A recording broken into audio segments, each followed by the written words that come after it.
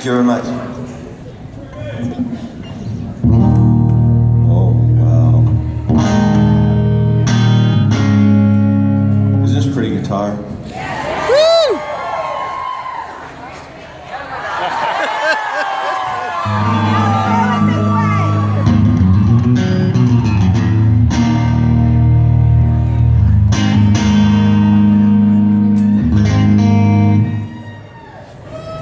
I'm a service brat. Does anybody know what that means? Oh, yeah. Service brat means your dad was in the Army, Air Force, Navy, Marines, right? My dad was in the Australian Army, and so I was a service brat. And you got shipped around every 2 years, basically, which wasn't a lot of fun for me. But the good news was I was living in Australia. We were living in Australia, and my dad got shipped up. Okay, I'm watching you. You're wearing a white shirt and you're walking. I want to make sure where you're going. You know how you stop someone when the...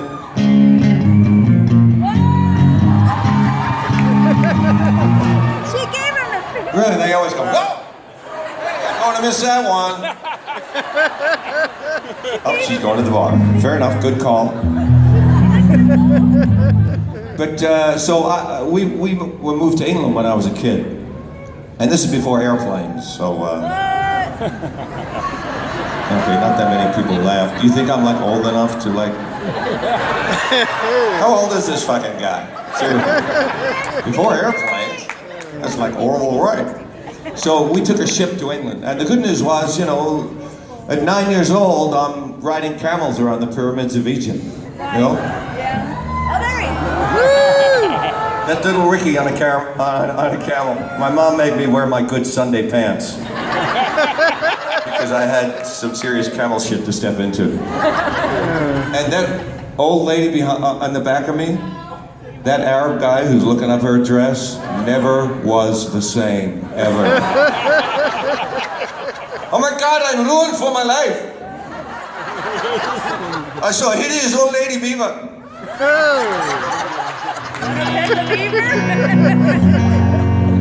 But and at 10 years old, I'm walking around the streets of Pompeii in Italy, right? Yep, my mom picked that hat out. That's my mom in front of me. Very stylish, yeah? And at 11 years old, I'm walking down the halls of the Palace of Versailles. So it wasn't terrible stuff. It was actually pretty amazing. But the bad news was every 2 years I was in a new school. And if anyone's ever had to switch schools, it's very traumatic. Not only have to say goodbye to all your old friends, you got to get beat up by all your potential new friends first before they become your friend. And I got into a lot of fights because of that. And we finally moved back to Australia when I was 14, right? We moved back from England to Australia. And this was my last school. I wish I'd known that. I would have been so freaking happy. But so and they pick on you, you know, and eventually they become your friends, or you know, they'd ignore you. But there's this one guy that wouldn't leave me alone. His name was John, and he was a handsome guy, and you know, blonde hair, and all the girls thought he was cute. He played guitar. He was in the absolute cool clique, and he would not friggin' leave me alone. And so one day I'm at my locker, right, and he's standing over my shoulder giving me crap, right? And I open up my locker, and I had a photo of a band that I liked stuck to inside of my locker. Who had a favorite artist in your locker when you were a kid? Who had me in your locker? It was fun. I just didn't appreciate you leaving that sandwich in over the weekend. That really. Yeah. So I open up my locker and there's a photo of a band I like. And John, this guy, he suddenly stops. He goes, "Whoa, you like that band?" I went, "Yeah, I do, actually." He said, "So do I." We instantly became best friends. Which you can do at 14. That's us at 14. I didn't realize he was so much smaller than me. Because he was so cool and like had this big clique, I thought he was like way taller than me. But he was actually shorter than I am.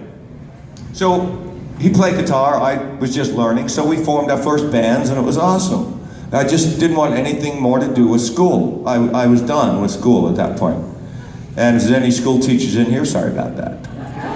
But honestly, if you know what you want early on in life, that's all you need to know, right? You'll find your education. So I was busy educating myself, but school was taking a dive. We were trying the juvenile delinquent thing too at the time, because his brother had a motorcycle and his sister was like this tough chick, you know, leather jackets and everything. So we'd go into guitar stores, this is before, you know, security cameras. We'd go into guitar stores and I'd pull a guitar off the wall and, you know, play it, and then when no one was looking, we'd slip it into a case and walk out. And we'd sell it to a kid at school, right? And we eventually did this enough times that we had enough money to buy, well, not a good guitar, but a car. And so we walk into this used car lot, and the guy knew we're 15. The guy knew we were underage, so he sold us this piece of crap. And we parked it around the side street so our parents wouldn't find out. And on the weekends, we'd go driving. How smart was that? And one day we came around to get the car and it was gone. Somebody had stolen it. I was so incensed, dude. Seriously, I went, what is wrong with this world? This is truly a screwed up world when some guy would steal a car that belongs to a couple of 15-year-old boys. The fact that we'd sold about 5 guitars, didn't get that one. So anyway, I still see John. I was back there last Christmas, actually, to see my mom, who's 95 years old. Anybody here 95 years old? I know, it's pretty freaky, isn't it? And she was going to get a driver's license. I said, Mom, you're probably not going to get your driver's license this time. You know, they're going to see that you can't actually see or hear. And she said, oh no, they don't test you. They just give it to you at this age. I said, they give you a machine gun too? Suicide belt? Anyway, so every time I go back there, I see my friend John. That's us when we were 16 in front of a tree in his front yard, and that's us a couple of years ago in front of the same tree. Pretty cool. Anyway, so this is a song I wrote about our early days in Australia, me and Johnny. Looking back and see we broke a few rules, left the 1 or 2 hearts in a ruin. We spent all that precious time doing things we figured that Presley might have done. Stole a few cars, never got caught. Started some fights in the scrimmage, but got caught up in the image. Playing young rebels by the handbook. Looking back, I guess we had some attitude. We were gonna be hard and tough.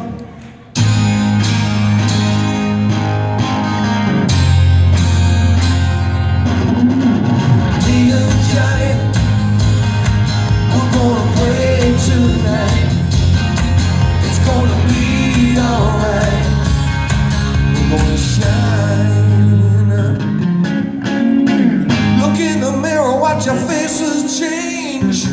We were gonna be McCartney clones. We skipped school to see the Rolling Stones. Sang their songs on the train on our way home. We were gonna be like all of them, uncompromising to the very end. Live for girls, guitars, and glory. And someday they'd write our story. Sometimes I think that they clapped in sympathy. We were gonna be hard and tough.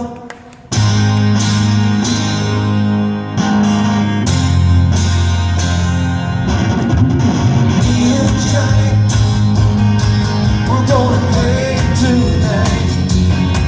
It's gonna be alright. We're gonna have some fun tonight. Me and Johnny, we're making mud on our face. We're gonna have our place in the sun.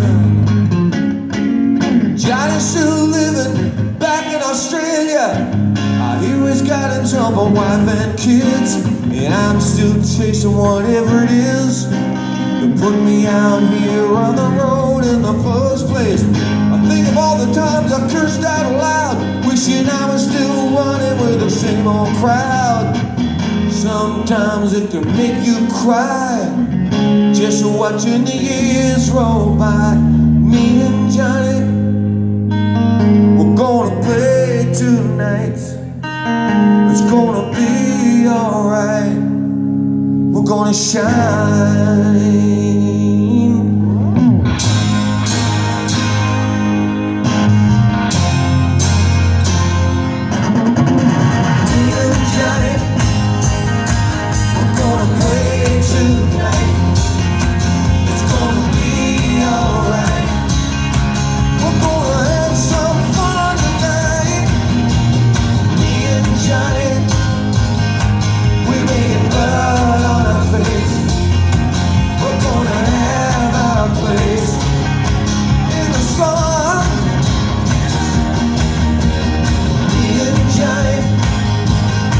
We're gonna play tonight. It's gonna be alright. We're gonna have some fun tonight. Me and Johnny, we making blood on our face. We're gonna